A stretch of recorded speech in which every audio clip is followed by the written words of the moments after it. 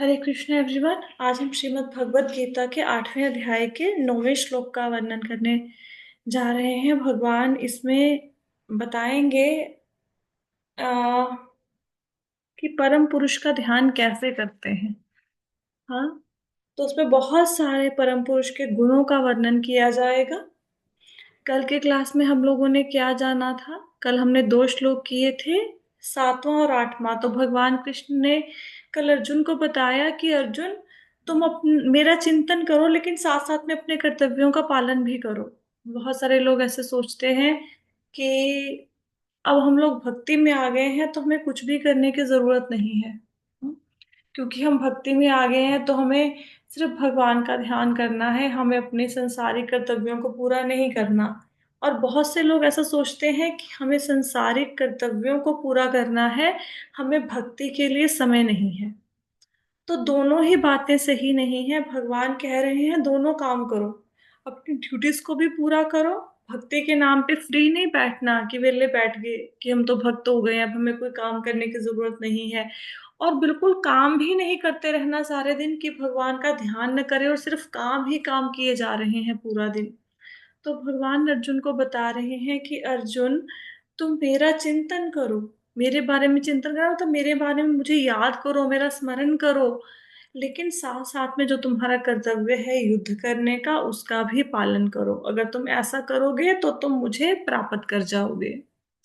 फिर हमने नेक्स्ट श्लोक में देखा कि भगवान कहते हैं कि जो निरंतर मेरा ध्यान करते हैं, निरंतर मेरे बारे में सोचते हैं, मेरा चिंतन करते हैं, वो अवश्य मुझे प्राप्त करते हैं। ये भगवान ने 8वें श्लोक में बताया। अब हम 9वां श्लोक पढ़ने जा रहे हैं। कल थोड़ी सी चर्चा की थी, अब उसको आगे बढ़ाएंगे। पहले श्लोक पढ़ते हैं। श्लोक है, कविं पुराणं मनुशासितारम् अनोरणीयास्मनुस्मरेद्भ्यः सर्वस्य धातारमचिन्त्य रूपम् आदित्यवर्णं तमसः परस्तात्। तो भगवान कहते हैं मनुष्यों को चाहिए कि परम पुरुष का ध्यान सर्वज्ञ, पुरातन, नियंता, लघुतम से भी लघुतर, प्रत्येक के पालन करता, समस्त भौतिक बुद्धि से परे, अचिंत्य तथा नित्य पुरुष के रूप में करे। वे सूर्य की भांति तेजवान है और उस भौतिक प्रकृति से परे दिव्य रूप है। तो हम इस एक एक शब्द को समझने का प्रयत्न कर रहे थे कल। सबसे पहले कविम, कविम का अर्थ क्या बताया था? कविम क्या होता है? भगवान क्या है? सर्वज्ञ। सर्वज्ञ। सर्वज्ञ का अर्थ क्या है? कि भगवान प्रेजेंट, पास्ट, हाँ, फ्यूचर तीनों को जानने सब वाले। में प्रेजेंट है। हम्म, तीनों को जानने वाले। तीनों को जानते हैं भगवान, उनको सब कुछ पता है। भगवान ने जन्म लेते ही देवकी और वसुदेव को उनके पूर्व जन्म की कथा सुना दी, है ना। हमें अपने अपने इस जन्म की कथाएं भी याद नहीं है। तो भगवान सर्वज्ञ हैं। कविम का अर्थ भगवान सर्वज्ञ हैं। पुराणम का अर्थ क्या है? कि भगवान, पूरा हाँ, अ, अनादि है। अनादि काल हाँ। से हाँ, भगवान है। ऐसा नहीं है कि भगवान, अनादि का। अनंत काल से भगवान है। हम ये नहीं कह सकते कि भगवान इस धराधाम पे आज से 5,000 साल पहले आए थे तो भगवान की आयु 5,000 साल की होगी, नहीं। भगवान अनादि काल से हैं, अनंत काल से, हमेशा से थे, हैं, रहेंगे। हम्म। हाँ जी। और उद्गम है सब चीजों से। हाँ, सब चीजें, सब वस्तुओं के स्रोत हैं, सब वस्तुओं के उद्गम हैं भगवान कृष्ण। उद्गम का अर्थ क्या है? सोर्स हैं सब चीजों के। सब वस्तुएं भगवान से आती हैं। और भगवान, उसके बाद है अनुशासितारम। अनुशासितारम का अर्थ होता है नियंत्रता, कंट्रोलर। तो भगवान ही हैं जो पूरी की पूरी सृष्टि को कंट्रोल करते हैं, डायरेक्टली और इनडायरेक्टली। कभी देवताओं के माध्यम से, कभी भगवान स्वयं पूरी सृष्टि को कंट्रोल कर रहे हैं। अब आप देखो कि सूर्य रोज समय पे उदय होता है, समय पे अस्त होता है। फिर आप देखेंगे ऋतुएं परिवर्तित होती हैं। हर ऋतु में, जैसे शरद ऋतु है तो उसमें सर्दी पड़ेगी, बारिश, वर्षा ऋतु आती है तो उसमें बारिश पड़ेगी। अब धरती है, ये आकाश में लटक रही है। आप एक बॉल को लटका के देखो हवा में, गिर जाएगी, है ना। लेकिन कितने सारे ग्रह हैं जो हवा में तैर रहे हैं, लटक रहे हैं। तो इन सबको कंट्रोल कौन कर रहा है? कोई तो होगा ना। जैसे सूर्य उगता है, कि भगवान खुद भगवत गीता में कहते हैं कि उनके ही भय से ये जो सूर्य चंद्र है अपना काम करते हैं, रूटीन में उदय होते हैं, अस्त होते हैं। तो भगवान सबके कंट्रोलर है। अनुशासितारम का अर्थ क्या हो गया? भगवान नियंत्रता है, भगवान कंट्रोलर है। नेक्स्ट वर्ड क्या है? नेक्स्ट है अनोरणीय। अब अनोरणीय का मतलब होता है अ लघुतम से भी लघुतर। लघुतम से भी लघुतर शब्द को कैसे समझेंगे? जैसे जब हम लोगों ने भगवत गीता का पहला अध्याय किया था, तो उसमें आत्मा का साइज बताया गया था कि आत्मा का आकार क्या है, आत्मा का साइज क्या है। किसी को पता है, याद है? आत्मा। माता जी, जी माता जी। बाल के आगे के आगे नोक के 10,000वें हिस्से का बढ़ एक कण। हाँ, एक्चुअल में तो आत्मा का साइज ना इससे भी छोटा है, लेकिन पता वो समझाने के लिए ऐसा बोल दिया जाता है कि बाल के अगले हिस्से के 100 टुकड़े करो, फिर हर टुकड़े के आगे 100 टुकड़े करो। मतलब बाल के आगे वाले हिस्से के अगर हम 10,000 टुकड़े करेंगे, तो जो वो टुकड़ा बचेगा, 10,000वां टुकड़ा, वो आत्मा का साइज है। तो आत्मा कितनी लघु है, क्या हम इस चीज को समझ सकते हैं? है ना। अच्छा, भगवान उस आत्मा के अंदर भी है, आप सोचो, है ना। भगवान, हृदय हमारा कितना छोटा सा हृदय है, उसके अंदर भी भगवान है ना। तो सबसे सूक्ष्म क्या माना जाता है? परमाणु माना जाता है ना, अणु या परमाणु। तो भगवान अणु के अंदर भी है, भगवान परमाणु के अंदर भी है। लघुतम से भी लघुतर है भगवान। हाँ, कितनी आश्चर्यजनक बात है। अनोरणीयम। तो भगवान क्या है? लघु से भी सूक्ष्म से भी सूक्ष्मतर हैं भगवान। हम्म? क्योंकि वो आत्मा के अंदर वास करते हैं, और आत्मा का खुद का साइज ही बाल के 10,000वें टुकड़े के बराबर है, उसके अंदर भगवान ने प्रवेश करते हैं। तो हम सोच सकते हैं कि भगवान कितने लघु से लघुतम भी हो सकते हैं। उसके बाद क्या शब्द है? सर्वस्य धाता। सर्वस्य धाता का अर्थ होता है कि जो सबके पालन करता है। भगवान ही समस्त प्राणियों के पालन करता है। अब जंगल में इतने जानवर हैं, तो उनकी उनका पालन कौन कर रहा है? कौन उनकी रक्षा कर रहा है? भगवान ही तो कर रहे हैं। हम थोड़ा ना उनको रोज रोज खाना यहाँ से सप्लाई करते हैं, या वो नौकरी थोड़े ना करते हैं सारे जानवर। अब ये चिड़िया हैं, कभी देखना, मतलब रोज सुबह निकल जाती हैं, लेकिन शाम को दाना लेकर ही घर आती है ना। चींटियां हैं, चींटियों को भोजन मिलता है ना। इंसेक्ट्स हैं, ये छिपकली पतंगे, सबके लिए भोजन की व्यवस्था है ना। तो भगवान समस्त सृष्टि के पालन करता है। और यही नहीं कि पृथ्वी पर ही सबका पालन कर रहे हैं, हम ये नहीं कह सकते कि पेड़ पौधे पशुओं का पृथ्वी पर पालन कर रहे हैं। भगवान 14 लोकों में सबका पालन करते हैं। तो हमारे, आपको पता है ना, 14 प्लैनेट्स हैं। धरती के ऊपर 6 प्लैनेट्स हैं, 6 ग्रह हैं, और धरती के नीचे 7 ग्रह हैं। तो इनमें जितने भी लोग रहते हैं, सबके पालनकर्ता कौन है? भगवान है। और जैसी हमारी ये धरती है, हमारे एक ब्रह्मांड है, ऐसे अलग असंख्य ब्रह्मांड है, अलग अलग जगह पे असंख्य असंख्य, जिनको हम गिन भी नहीं सकते।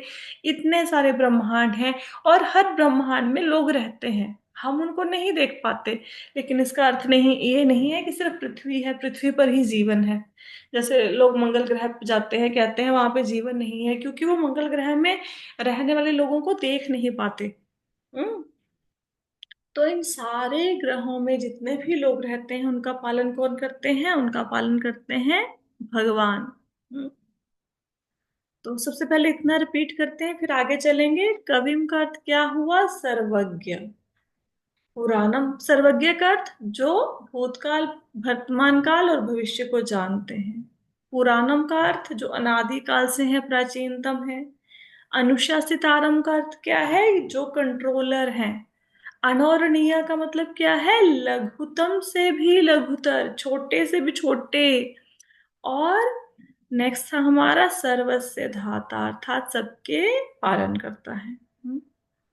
आगे नेक्स्ट कहते हैं कि अचिंत्य रूपम। अचिंत्य रूपम का अर्थ ये है कि हम भगवान को अपनी भौतिक बुद्धि के द्वारा नहीं समझ सकते। ये जो आध्यात्मिक जगत की बातें हैं, ये हम भौतिकवादी लोग नहीं समझ सकते। जैसे आध्यात्मिक जगत में कोई चीज जड़ है ही नहीं, जैसे सुदर्शन चक्र है। सुदर्शन चक्र अगर हम देखते हैं, हमारे लिए सुदर्शन चक्र एक जड़ वस्तु है। जड़ मतलब नॉन लिविंग है हमारे लिए, है ना, सुदर्शन चक्र। लेकिन वहां पे सुदर्शन चक्र जीवंत है, वो बातें करेंगे, वो बात करेंगे। हाँ, और ऐसे कोई भी चीज लगा लीजिए आप, जैसे चावल है, दाल है, तो चावल दाल है, वहां पे वो बातें करेंगे। तो वो यशोदा मैया को बताएंगे कि भाई हम पक गए हैं, हम भगवान की सेवा के लिए उपस्थित हैं, अब हमें भगवान के आगे प्रस्तुत कर दो। यशोदा मैया कुकिंग करेंगी तो वहां पे कोई चीज जड़ नहीं है, वहां पे सब चीजें चेतन है। लेकिन क्या हम लोग ये बात सोच भी पा रहे हैं? हम सोचेंगे ऐसे कैसे दाल चावल बात करना शुरू कर देंगे, ऐसा सुदर्शन चक्र कैसे? अब हम लोग तो, अब देखो हमें कोई बोले कि भगवत गीता की कथा हुई और सारी नदियां वहां पे कथा सुनने आ गई। अब हम सोचेंगे नदियां कैसे कथा सुनने आ गई, इसका मतलब वहां पे पानी पानी हो गया, सारी नदियों ने बहाव अपनी दिशा परिवर्तित कर ली, वहां पे आ गई। नहीं, वो नदियां एक एक तो नदी तरल रूप में है, एक नदी का रूप भी है। जैसे गंगा नदी का रूप है, गंगा नदी बहुत ज्यादा सुंदर है, बहुत ही ज्यादा। तो तभी तो शांतनु मोहित हो गए गंगा नदी पर, तभी तो महाभिषेक राजा मोहित हो गए गंगा नदी पर। तो शी इज वेरी ब्यूटीफुल, है ना। तो ऐसे ही ये सारे, जैसे वेद हैं, अब वेद ये मूर्ति मंत्र है। अब वेदों की फॉर्म है, एक पर्सन के रूप में है। एक वेद हम बुक के रूप में पढ़ते हैं, एक वेदों की फॉर्म है। हाँ, तो लेकिन ये सारी बातें हमें अपनी भौतिक बुद्धि से समझ नहीं आती। और भगवान को भौतिक बुद्धि से समझने का प्रयत्न भी नहीं करना चाहिए। तर्कों के द्वारा, डाउट के द्वारा, डिबेट के द्वारा भगवान को हम नहीं जान सकते। इसका कारण क्या है कि अब तक तो हमें भौतिक जगत के बारे में ही पूरा नहीं पता। अब कितने सारे दुनिया में ऐसी चीजें होंगी जिनका आपको बिल्कुल नहीं पता, कितने सारे ऐसे स्थान होंगे जो आपने कभी देखे भी नहीं है, कितनी सारी ऐसी वस्तुएं होंगी जिनके आपको नाम भी नहीं पता, कितने सारे ऐसे समुंदर होंगे जिनके नाम नहीं पता, उनकी गहराई कितनी है ना, वो नहीं पता। तो कितनी ही चीजें हैं इस भौतिक जगत के बारे में जिनके बारे में हमें नहीं पता। फिर हम तो बात कर रहे हैं यहाँ पे आध्यात्मिक जगत की। आध्यात्मिक जगत मतलब जो भौतिक जगत से परे है, उसकी बात कर रहे हैं। तो वो जगत जिसको हमने कभी देखा ही नहीं, उसको हम डिबेट के द्वारा कैसे समझ सकते हैं? हम नहीं समझ सकते। हम्म। अब जैसे वृंदावन में रास हुआ, तो वहां रास में लाखों गोपियों ने पार्टिसिपेट किया, है ना। अब राधा रानी की सखियां हैं जो वो करोड़ों की संख्या में है। ऐसा थोड़ा ना एक आधी सखी थोड़ा ना है राधा रानी की। अब हम अपनी भौतिक बुद्धि से सोचेंगे कि वृंदावन तो छोटा सा एरिया है, तो इतने छोटे से एरिया में इतनी सारी गोपियां कहाँ से आ गई, है ना। तो हम लोगों को ये बातें समझ नहीं आती। तो भगवान को कभी भी भौतिक बुद्धि से समझने का प्रयत्न नहीं करना चाहिए। तर्क के द्वारा भगवान समझ में आएंगे नहीं। भगवान जिसको जितनी बुद्धि देंगे वो भक्त भगवान को उतना ही समझ पाएगा। अर्जुन को भगवान ने विराट रूप दिखाया, तो भगवान ने विराट रूप युद्ध के मैदान में प्रकट किया। लेकिन क्योंकि अर्जुन को दिव्य दृष्टि दी हुई थी, तो सिर्फ अर्जुन उस रूप को देख पाए।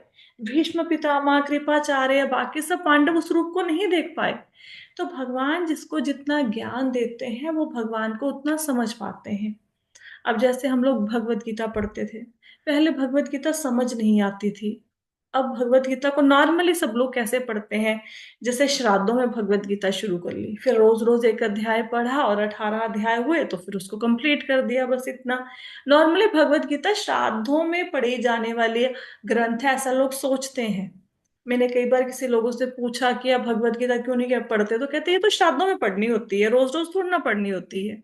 कुछ लोगों को लगता है भगवत गीता पढ़ेंगे, महाभारत पढ़ेंगे, घर में क्लेश हो जाएगा, क्योंकि इसमें युद्ध की कथा का वर्णन है। ऐसे ऐसे भी लोग हैं जिनको ऐसा भ्रम होता है। लेकिन एक्चुअल में ऐसा कुछ भी नहीं है। भगवत गीता आप जब चाहो पढ़ सकते हो, ये तो भगवान की वाणी है। और भगवत गीता एकमात्र ऐसा ग्रंथ है जो डायरेक्टली भगवान से है, भगवान ने इसको खुद बोला है। एक एक श्लोक भगवान ने खुद बोला है। हाँ, तो समझ आया। अचिंत्य रूपम का अर्थ क्या है? कि भगवान हमारी भौतिक बुद्धि से परे हैं, हम अपनी भौतिक बुद्धि के द्वारा उनको नहीं समझ सकते। तो जब भी अ, जैसे कोई चीज नहीं समझ आ रही, कोई शास्त्र भी पढ़ना शुरू करते हैं, हम सबसे पहले मंगलाचरण क्यों करते हैं? हम इसलिए करते हैं क्योंकि हमारी इतनी योग्यता ही नहीं है कि भगवान हमें तो साधारण सी कोई व्यक्ति बात कह दे वो नहीं समझ आती है, तो भगवान ने इतनी रहस्यमयी बातें भगवत गीता में कही हैं, हम कैसे इनको समझ सकते हैं? तो फिर हम आचार्यों से प्रार्थना करते हैं कि वो हमारे ऊपर अपनी कृपा दृष्टि डालें, और भगवत गीता जो कि ज्ञान का समुंदर है, इसमें से कम एक बूंद हमें भी मिल जाए, हम भी कुछ समझ पाए। ठीक है, आई होप सो कि चिंत्य रूपम समझ आ गया होगा सबको। इसके बाद क्या है? आदित्य वर्णम। आदित्य वर्णम होने का अर्थ क्या है? आदित्य वर्ण का अर्थ है कि भगवान का तेज कैसा है? सूर्य के समान भगवान का तेज है। हाँ, भगवान इवन भगवान सूर्य में प्रकाश किसके कारण आता है? भगवान के कारण। भगवान के जो नाखूनों से निकलने वाला प्रकाश है वो इतना अधिक है कि वो सूर्य को भी रोशनी प्रदान करता है। हम्म? तो भगवान तेजवान है, कैसे? सूर्य की भांति। उसके बाद है तमसः परस्तात्। तमसः परस्तात् का क्या अर्थ है? तमसा परस्तात् का अर्थ है कि जो अंधकार से परे हैं। हम्म? तो जैसे सूर्य है, सूर्य को ऐसा नहीं है कि सूर्य के आगे बादल आ गया तो उसने सूर्य को ढक लिया, उसके प्रकाश को ढक लिया, नहीं। सूर्य तो वहीं पे है। हम्म? हाँ, हमारी दृष्टि से ओझल हो गया, लेकिन सूर्य ऐसा थोड़ा ना है कि सूर्य गायब हो गया। अब रात होती है तो रात होती है, क्या सूर्य गायब हो जाता है कहीं पे? नहीं, सूर्य तो वहीं पे है आकाश में। बस हमें नहीं दिख रहा, किसी और जगह पे, किसी और देश में, किसी और व्यक्ति को दिख रहा है। तो इसका अर्थ क्या है इस श्लोक के संदर्भ में? इसका अर्थ ये है कि भगवान माया शक्ति के संदर्भ में संपर्क में रहते हैं, लेकिन माया के द्वारा प्रभावित नहीं होते। भगवान माया शक्ति के द्वारा संसार से संपर्क में जरूर रहते हैं, लेकिन ऐसा नहीं है कि भगवान को भी माया ने मोहित कर दिया। हालांकि हमने पिछले श्लोकों में स्टोरी सुनी है कि कैसे शिव भगवान की माया से मोहित हो गए, मोहिनी रूप को देखकर मोहित हो गए, कैसे ब्रह्मा जी अपनी बेटी के ऊपर मोहित हो गए। लेकिन भगवान अपनी माया से मोहित नहीं होते हैं। भगवान की माया बड़े बड़ों को मोहित कर देती है, लेकिन भगवान स्वयं इसके द्वारा मोहित नहीं होते। जैसे किसी किसी के घर में कोई कुत्ता रखा हुआ है, अब वो बाहर के लोगों को डराएगा, लेकिन अपने स्वामी के आगे तो वो पूंछ हिलाएगा ना, उसके आगे तो आराम से बैठेगा, उसको तो आंखें नहीं दिखाएगा। तो इसी प्रकार जो माया है, माया भगवान के अंडर काम करती है, माया भगवान के ऊपर अपना प्रभाव नहीं डाल सकती। हम्म? क्लियर हुआ? रिपीट कर ले एक बार। कविम का अर्थ क्या है? जल्दी से, नहीं तो फिर मैं खुद पढ़ सर्वज्ञ माता जी, सर्वज्ञ, सर्वज्ञ। सब कुछ जानते हुए, भूत वर्तमान भविष्य। वर्तमान भविष्य। परफेक्ट। पुराणम का अर्थ क्या है? अनादिकाल से। भगवान अनादिकाल में। काल से है। अनुशासित अनादिकाल से। अनादिकाल से है, बिल्कुल। अनुशासितारम का अर्थ क्या है? कंट्रोलर। कंट्रोलर। कंट्रोलर है भगवान, बिल्कुल ठीक है। अनोरणीय का अर्थ क्या है? तम लघुत्तम से से लघुत्तम। लघु। बिल्कुल छोटे से छोटे भी हो जाते हैं। और सर सर्व। मैम मैम हाँ जी। मनोरणीयम मीनिंग अ, मनोरणीयम। इसका मतलब है भगवान छोटे से भी छोटे हो सकते हैं। ओके। राइट। तो जैसे हम एटम कहते हैं ना कि एटम सबसे ज्यादा छोटा है ना, ऐसे बोलते हैं ना। तो वो भगवान एटम के अंदर भी हैं। हम्म? ठीक है। बहुत ये सटल हैं। बहुत भगवान की सब एटॉमिक फॉर्म है भगवान की। राइट। तो जैसे हमारी सोल है, सोल का साइज है कि बाल के अगले हिस्से के हम 10,000 टुकड़े करेंगे तो वो सोल का साइज है, उस सोल के अंदर भी भगवान है। Right. Yes, ma'am. Carry on. अणु और नहीं है, ऐसे से याद रखा करो। अणु, अणु सबसे छोटा होता है ना, तो तुलना की गई है अणु से भी छोटे हैं भगवान, एटम से भी छोटे हैं। ठीक है। और माता विशाल जी। से विशाल भी हैं, बड़े से बड़े भी हैं। विराट रूप देखा है ना, जिसमें सारे देवता सब लोग हैं। ओके। तो सर्वस्य धाता का अर्थ क्या है? सर्वस्य धाता। भगवान सृष्टि के भगवान ही सब पालन प्राणियों करता। के पालन पालन कर पोषण करते हैं। हाँ, पालन पोषण करते हैं भगवान सबका। सर्वस्य धाता, धाता मतलब उनका पालन करता। अचिंत्य रूपम का अर्थ क्या है? कि भगवान के रूप को हम अपनी भौतिक बुद्धि से नहीं जान सकते। नहीं समझ सकते। क्या है? आदित्य वर्णम का अर्थ क्या है? भगवान का तेज सूर्य के समान निकटमपि प्रकाश देता है, प्रकाश, सूरज सूर्य कमपि। के समान है भगवान का तेज। तमसः परस्तात् का अर्थ क्या है? अंधकार से। से परे। अंधकार से परे। टाइम में भगवान एट माया द टाइम के ऑफ दैट। अंधकार से परे है। माया का जो अंधकार है वो भगवान की माया भगवान को मोहित नहीं कर सकती। ठीक है। क्लियर हुआ? तो आई होप सो कि ये सारा श्लोक अब सबको समझ आ गया होगा। वो दिव्य रूप कैसे हैं भगवान। तो एक बार अर्थ पढ़ देते हैं, फिर नेक्स्ट श्लोक पे चलते हैं। मनुष्य को चाहिए कि परम पुरुष का ध्यान सर्वज्ञ, पुरातन, नियंतता, लघुतम से भी लघुतर, प्रत्येक के पालन करता, समस्त भौतिक बुद्धि से परे, अचिंत्य और नित्य पुरुष के रूप में करे। वे सूर्य के भांति तेजवान है, भौतिक प्रकृति से परे और दिव्य रूप है। ठीक है। प्रकृति के 3 गुणों से भगवान परे हैं, सतो रजो तमो गुण। ये उनके ऊपर प्रभाव नहीं डालते। और भगवान का रूप क्या है? दिव्य है। हमारा रूप दिव्य नहीं है। हमारा रूप तो ये नाशवान है। भगवान का रूप दिव्य है। इसीलिए तो भगवान ने जब भगवत गीता बोली तो उनकी एज 100 से भी ऊपर थी। लेकिन तब भी वो देखो, भगवत गीता के कवर पेज पर वो बूढ़े थोड़े ना लगते हैं। क्योंकि उनको बुढ़ापा भगवान को नहीं होता, हम जैसे लोगों को होता है। हम्म, आगे चले। नेक्स्ट। माता जी। हाँ जी। माता जी, एक क्वेश्चन पूछना था। जो आप कह रहे थे एटम, उसमें भी भगवान होते हैं। हम्म। परमाणु जो होता है, अणु परमाणु, तो उसमें भी आत्मा होती है। आ, देखो, यहाँ पे जब हम बात आत्मा की कर रहे हैं, तो आत्मा का मतलब लिविंग चीजों से ले रहे हैं हम। जैसे कि पेड़ पौधे हैं, है ना। और अब पेड़ पौधे ये भी एक योनि है, इनसे ले रहे हैं। पशु पक्षियों से ले रहे हैं। और मनुष्य से ले रहे हैं। अब जो रेत का कण है उसको आत्मा नहीं कहेंगे, वो तो जड़ पदार्थ है। ठीक है। ठीक है माता जी। तो अनु भगवान उस कण में भी है। हाँ, उसमें है। जैसे भगवान, अब जैसे भगवान, आप अब रूम में बैठे हैं, है ना।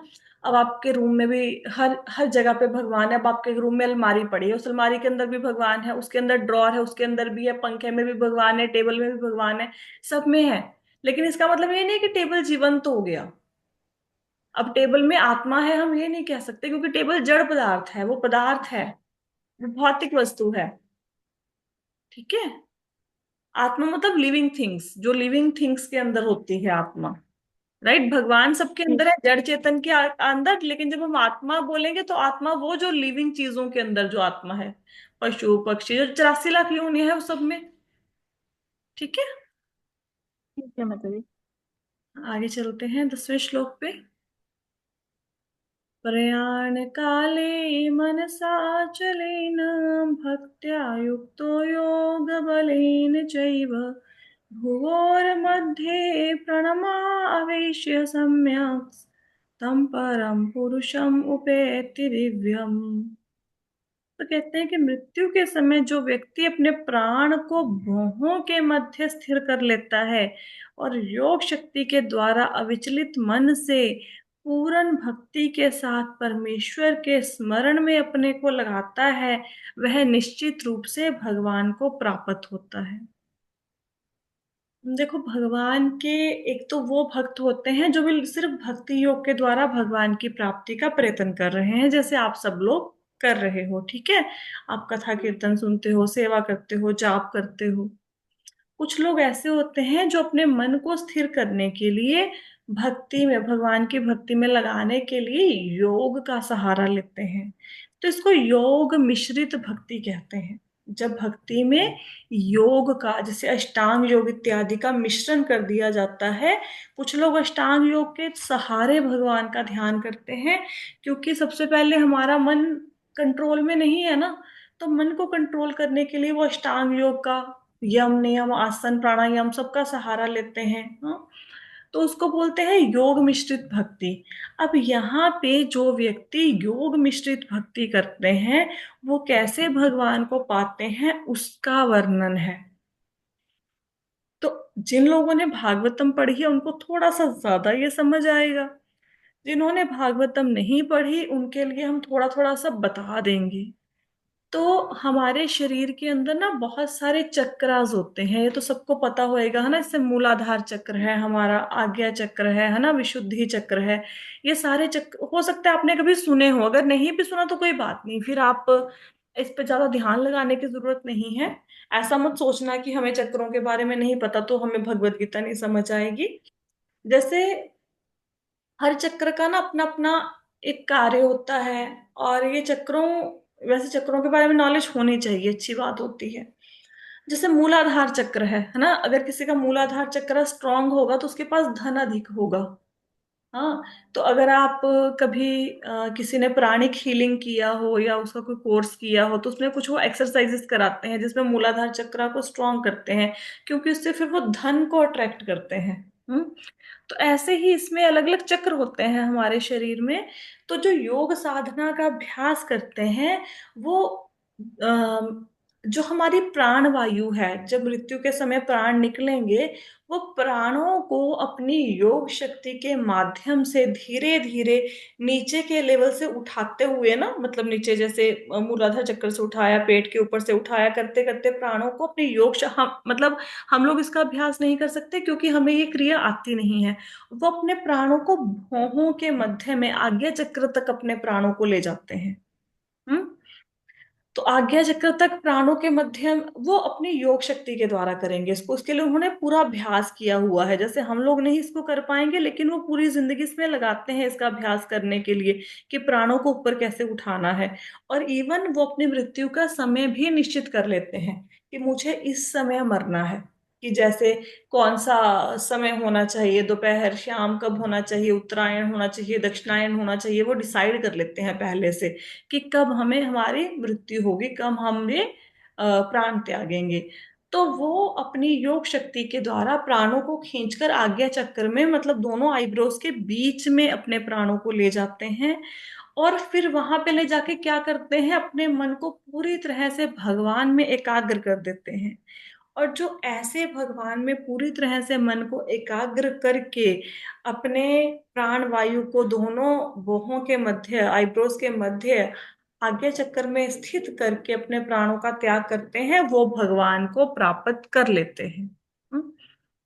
अब इसका अर्थ ये नहीं है कि जो भक्ति योगी हैं और जो ये योग के द्वारा अपने शरीर का त्याग कर रहे हैं उनको एक जैसी गति प्राप्त नहीं होती। अब जो ये योग क्रिया के द्वारा भगवान की प्राप्ति का प्रयास कर रहे हैं ये ज्यादा से ज्यादा बैकुंठ तक जा सकते हैं, लेकिन ये गोलोक वृंदावन नहीं जा सकते। बैकुंठ तक ये लोग जा सकते हैं, भगवान के ऐश्वर्यों को देख सकते हैं, उसका उपयोग भी कर सकते हैं, लेकिन गोलोक वृंदावन की प्राप्ति इन लोगों को नहीं होगी। लेकिन जो भक्ति योगी हैं, भक्ति योगी गोलोक वृंदावन तक जा सकते हैं। अब भगवान ऐसा क्यों बता रहे हैं, जैसे सपोज करो मैं आपको बोलूं कि अब जैसे रसगुल्ला होता है, रसगुल्ला मीठा होता है ना, रसगुल्ला खाने में मजा आता है।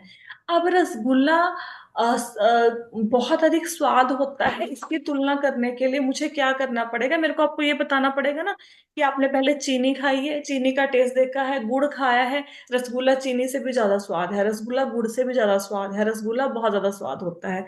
तो इसके लिए पहले बाकी चीजें टेस्ट करनी पड़ेंगी ना, तभी मैं उसको आपको कंपैरिजन में दिखा सकती हूँ ना कि ये सर्वश्रेष्ठ कैसे है।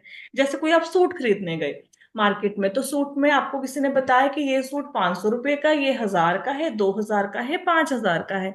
तो जब आपके पास सारे सूट पड़े होंगे तो आप हाथ लगा के देख सकते हो ना कि 5,000 वाले का कपड़ा ज्यादा रिफाइन है, 500 वाले का कपड़ा इतना रिफाइन नहीं है।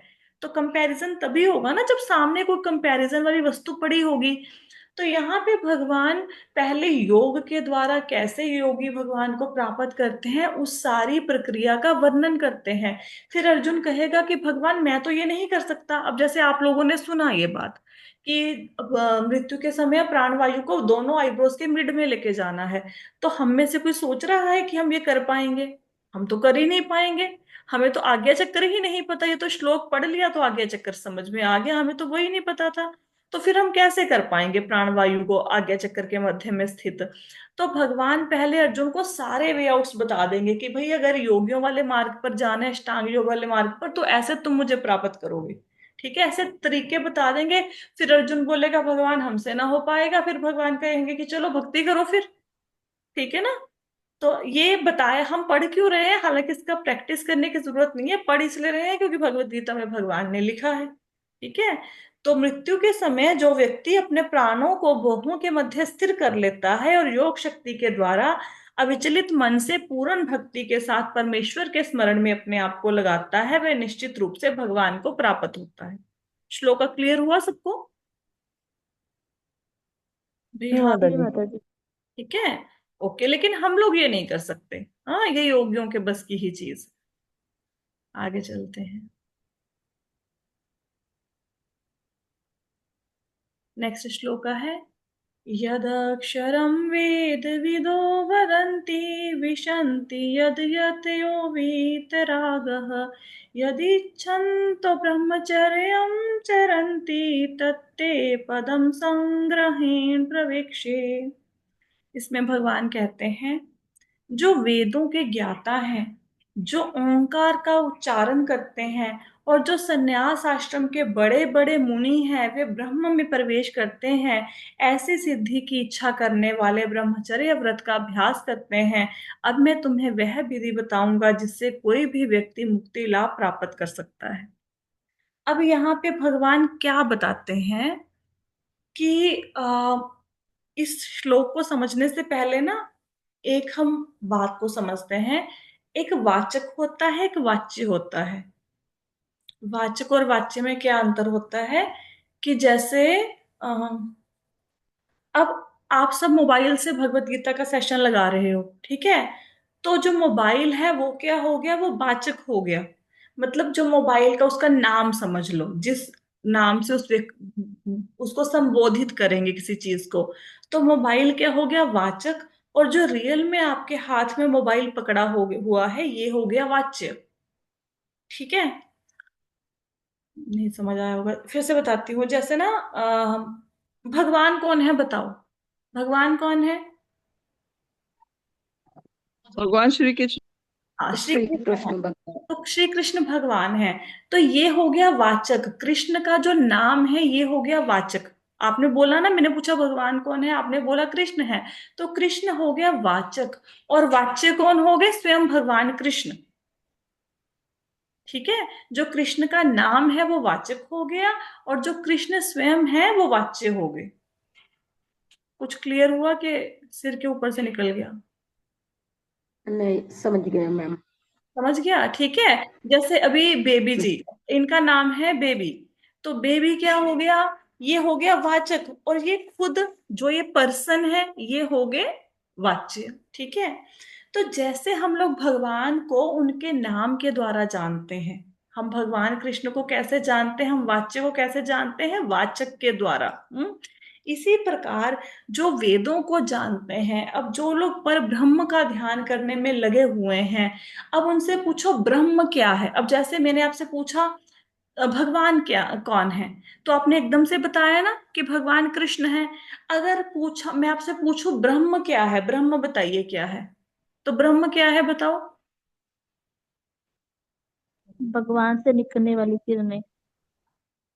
नहीं, भगवान से निकलने वाली किरणें तो हैं, लेकिन ब्रह्म ब्रह्म का वो अगर मैं बोलूं, जैसे आपने बोला भगवान कौन है, कृष्ण, तो ब्रह्म क्या है? अगर ब्रह्म को ऐसे ही समझना हो, ब्रह्म को कैसे समझ? जीव। जीव। ब्रह्म लिविंग थिंग्स। जो लोग ब्रह्म का ध्यान करते हैं, जो लोग निराकार का ध्यान करते हैं, अब उनको भी तो समझना है ना। आपको तो समझ आ गया भगवान कृष्ण है। जब उनको समझना होता है कि उनसे पूछा जाता है कि ब्रह्म क्या है, तो वो कहते हैं ब्रह्म है ओमकार। समझ पाए? फोन में हाँ, बस। ब्रह्म क्या है? ओमकार। ओमकार। ठीक है। तो जैसे अब हाँ दीजिए, ओमकार क्या होता है? हाँ, हाँ, ओमकार। ओमकार क्या होता है? ओम शब्द नहीं है, ओम ओम नहीं बोलते। हाँ हाँ हाँ हाँ, जो अच्छा वो है। हाँ, जो उ म से मिला के बनता है ओम, हम्म, इसको कहते हम्म, हैं। ये जो ब्रह्मवादी समझ लो या निराकारवादी समझ लो, उनको जब पूछा जाएगा कि भाई ब्रह्म क्या है, तो वो बोलेंगे, जैसे आपसे पूछा गया भगवान कौन है, आपने बोला कृष्ण, तो उनसे पूछा जाएगा ब्रह्म क्या है, वो क्या बताएंगे ब्रह्म क्या है? हाँ, ओमकार। ओमकार। ओमकार। अभी तो बताया ओमकार, समझ आई? ठीक है।